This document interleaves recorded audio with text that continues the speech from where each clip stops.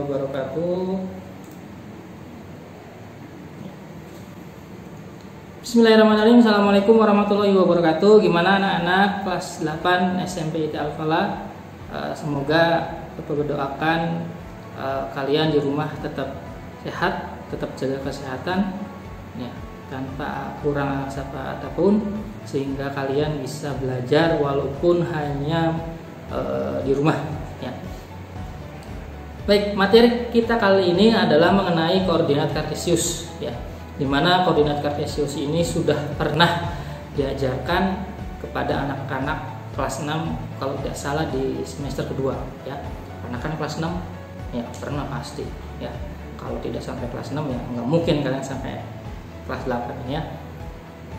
Oke, dalam bahasan ini sedikit berbeda dengan anak-anak kelas 6 yang mungkin di kelas 8 ini lebih meningkat bahasanya mengenai koordinat kartesius. Kita mulai dari slide pertama. Apa sih itu koordinat kartesius ya? Koordinat kartesius itu adalah berupa bidang datar ya. Perhatikan di sampingnya. Itu ada bidang sebut di bidang koordinat yang dibentuk oleh garis mendatar X dan atau kita biasa sebut dengan sumbu X, dan garis tegak Y atau biasa kita sebut dengan sumbu Y ya, dan saling berpotongan ya, tegak lurus dan saling berpotongan yang disebut di mana titik temu dari garis potong antara X dan Y itu kita sebut dengan titik O ya, titik O. Kita ngulang sebentar ya, sedikit Pak Saman jelaskan mengenai yang sudah pernah diajarkan di anak kelas 6 semester 2 ya, ada dua sumbu, ada dua garis dalam koordinat kartesius, yaitu garis X dan garis Y ya, dimana garis X ini disebut dengan absis ya, dan garis Y yang tegak ya, itu disebut ordinat Y, ordinat ya.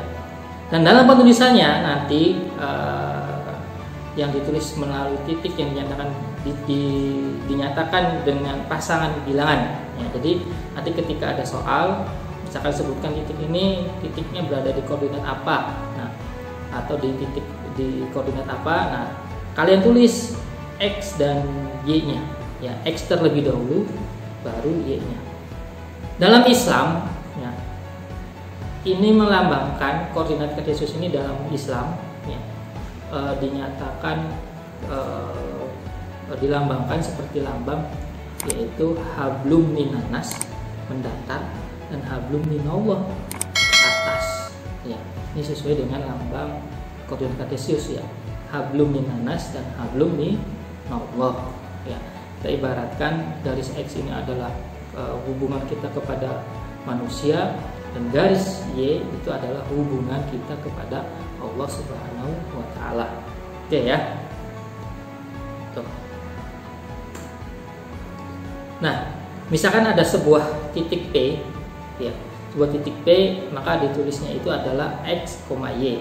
Nah, di mana X-nya absis ya. Absis dari titik P itu adalah nilainya 3 atau koordinat sumbu X-nya adalah 3, dan ordinat ya, ordinat dari titik P itu adalah 4 ya, titiknya berada di sebelah kanan ya. Itu tata cara penulisannya. Nah, berikutnya Pak Saman perjelas lagi ya, dari titik pusat 0 ya yang ke kanan ya itu bernilai positif. X setelah tanda 0 atau setelah angka 0 itu bernilai negatif ya. Y setelah angka 0 atau setelah titik 0 atau itu dia bernilai positif, dan Y ke bawah ya setelah angka 0 ya itu nilainya adalah negatif. Semakin ke bawah dia semakin negatif, seperti garis bilangan ya, seperti garis bilangan dari titik 0 itu setelah titik 0 ke kanan itu angka 1, 2, 3 dan 4 dan seterusnya, dia semakin besar.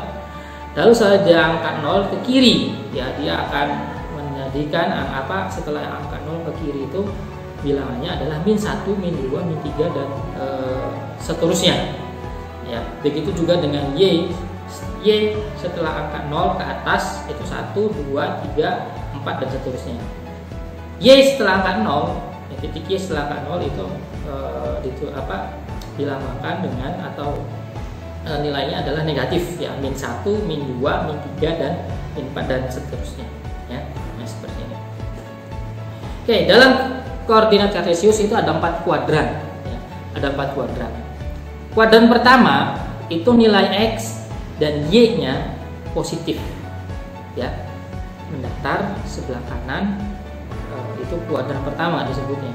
Nilai X dan Y-nya itu adalah positif. Di kuadran 2 itu nilai X-nya adalah negatif dan nilai Y-nya adalah positif ya.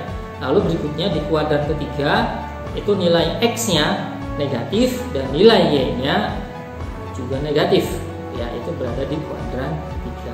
Kalau yang di kuadran keempat nilai X-nya adalah min X dan nilai Y-nya adalah positif. Ini kebalik ya. Di kuadran keempat berarti nilai Y-nya positif, X-nya positif dan Y-nya negatif ya. Oke, mohon maaf ya, kita lanjut ya. Sama ulangi. Untuk yang di kuadran keempat itu nilai X-nya adalah positif dan nilai Y-nya adalah negatif di bawah sebelah kanan.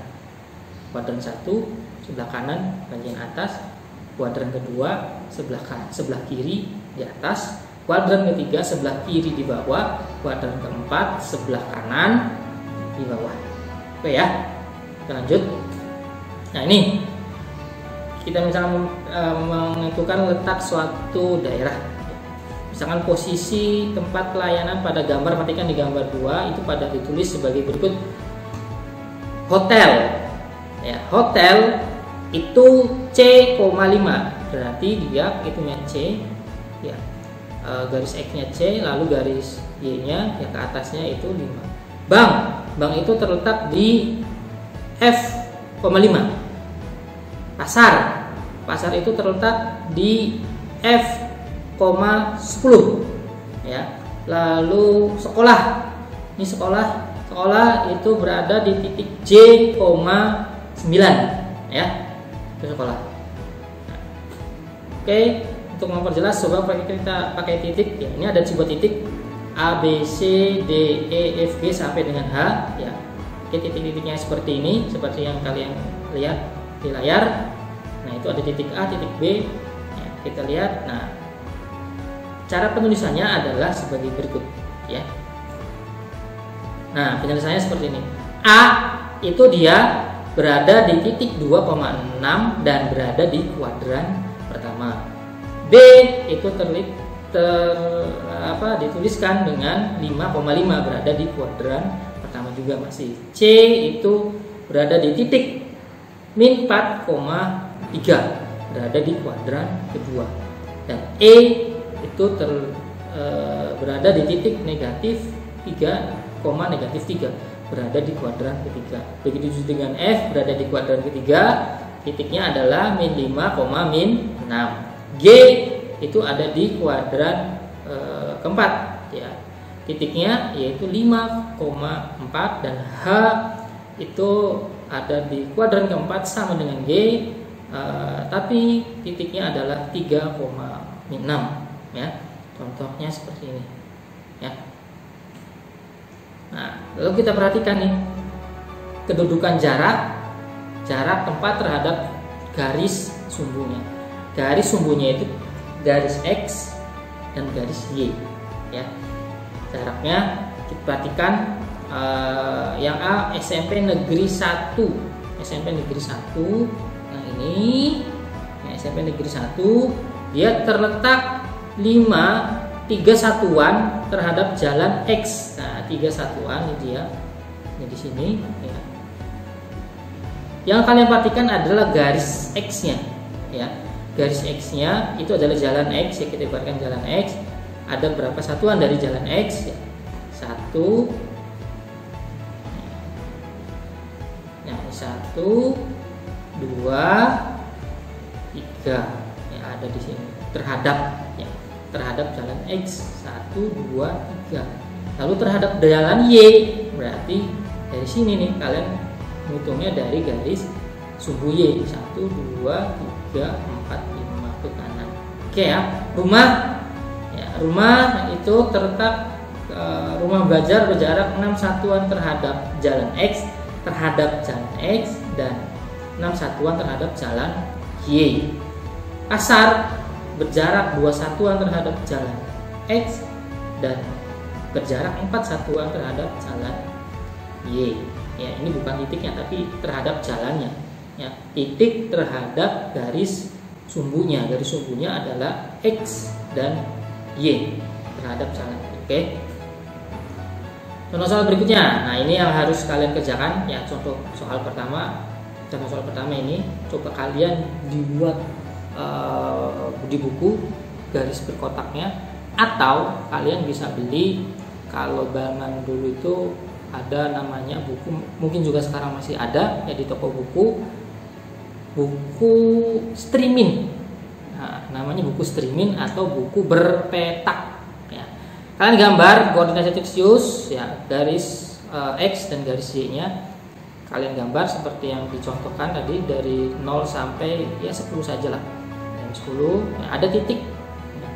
Kalian gambar titik K 2,1, DL 8,1, lalu M 8,7, 2,7. Nah, dari keempat titik tersebut akan membentuk sebuah bidang. Bidang apakah itu? Oke ya, bidang apakah itu? Nah, jawabannya kalian foto, kalian tulis, kalian foto, lalu kirim ke WA-nya Pak Salman ya. Begitu juga dengan contoh kedua, jajar genjang ya. Jajar genjangnya apa? Bentuknya jajar genjang nih A, B, C, D, lalu mempunyai titik 2, min 2, min 3, lalu yang C nya 8,4 dan D nya 0,4. Nah, ada satu koordinat yang belum tertuliskan, yaitu koordinat D. Kalian cari supaya membentuk bidang jajar genjang, bangun jajar genjang.